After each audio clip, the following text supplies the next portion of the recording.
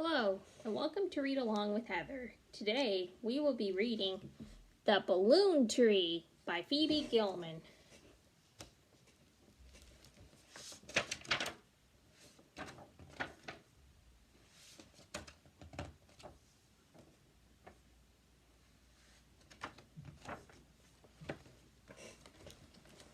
Long, long ago, and far away across a wide ocean, there was a small, happy kingdom. In a big castle at the top of its highest hill lived the king and his daughter, Princess Leora.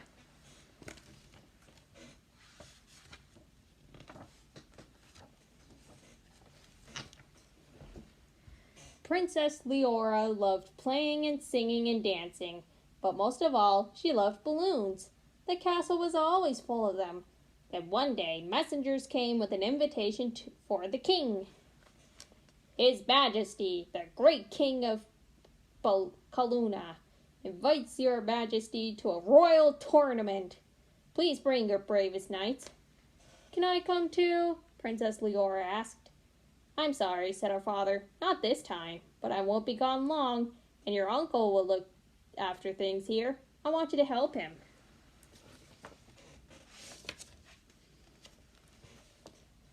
Not the Archduke, Princess Leora said. I don't like him. He's grumpy and he never plays games. And what will I do if something goes wrong? Don't worry, said the king. You can always signal me. Just gather a bunch of your balloons and release them from the tower. Wherever I am, I will see them and come home right away. He kissed his daughter goodbye and rode off.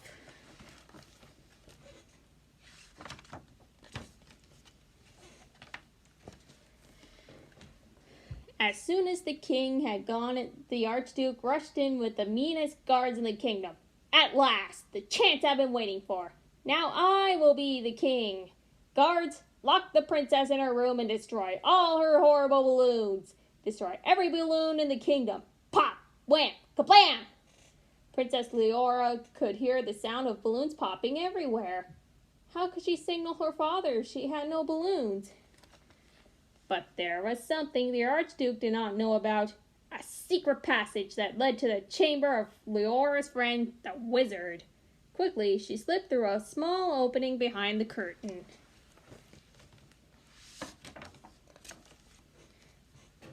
And entered a dark, twisting stairway inside the walls of the castle. At last she came to the wizard's chamber. You must help me, whispered Princess Leora. Quickly she told the wizard what the evil Archduke had done. There's only one thing to do, said the wizard. Find one whole balloon.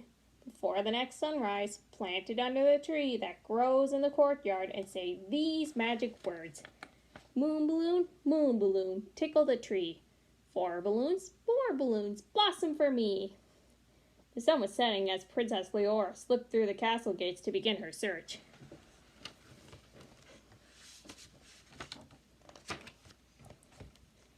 She visited the richest lord in the city, but all of his balloons had been broken. She asked the butcher, she asked the baker, she asked the old toy maker, but no one had any balloons. She searched through the dark alleys. She hunted the empty marketplace and knocked on every door. At last, dawn was near and there was nowhere else to look.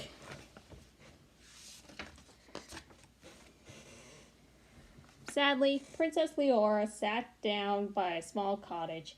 The little boy who lived there heard her and came to the window. Princess Leora, what are you doing out here in the dark? He asked.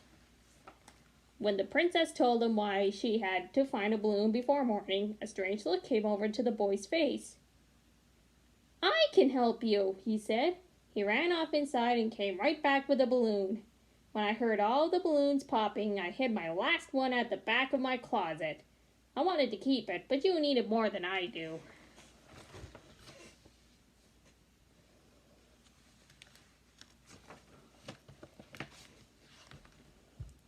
Princess Leora thanked the boy and ran back through the empty marketplace, past the stores of the butcher and the baker and the old toy maker, past the rich lord's house and through the castle gate. The moon was just beginning to fade when she came to the tree in the courtyard. She knelt down next to it, dug a hole, and planted the balloon in it. Then she said the magic words. Moon balloon, tickle the tree. 4 balloons, more balloons, blossom for me.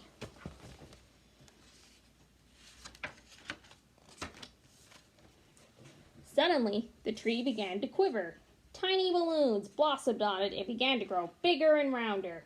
Princess Leora reached up to touch one, and hundreds came floating down. More and more balloons blossomed from the tree until they filled the whole courtyard. As the sun rose, they drifted through the gate. People leaned from their windows and rushed into the streets, shouting and pointing and laughing. "Pop those balloons!" the Archduke shouted to his men. But whenever they tried, the magical balloons whizzed away. Before long, the whole city was filled with balloons.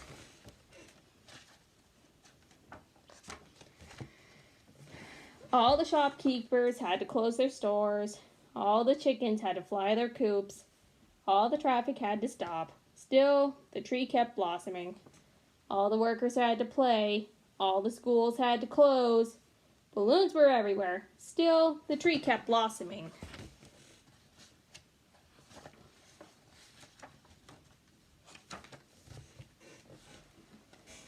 The Archduke jumped up and down with rage when he saw that his guards couldn't pop the balloons. He rushed at the tree with his spear, but suddenly a balloon blossomed on its point, and he bounced right back at his bottom. Just then, a balloon burst from the end of every spear. Madder than ever, the Archduke ran after Princess Leora, shouting, "I'll get you for this!" Far away, the king was riding through a dark forest when he saw a balloon caught on the branch of a tree. He thought it was a strange place for a balloon to be, but when he came to the edge of the forest, he saw something even stranger.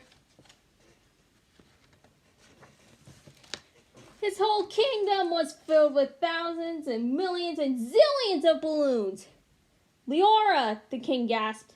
"She must be in great danger. Back to the castle at once."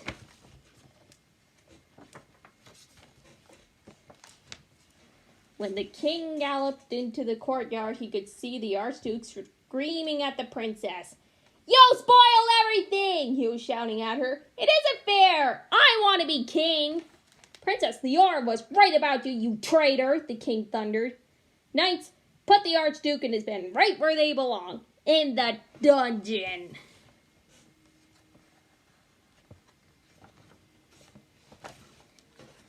Then the king invited everyone in the kingdom to throw to the biggest party there had ever been. The people played and danced and sang. Princess Leora opened the royal treasure chest and gave everyone a present. The balloon tree stopped blossoming as the moon rose, but the party went on and on into the night. All the people stayed up past their bedtime. As for the Archduke and his men, they were in the dungeon for a long, long time, but they were never bored. They were kept very busy blowing up balloons. And that's the end of the balloon tree.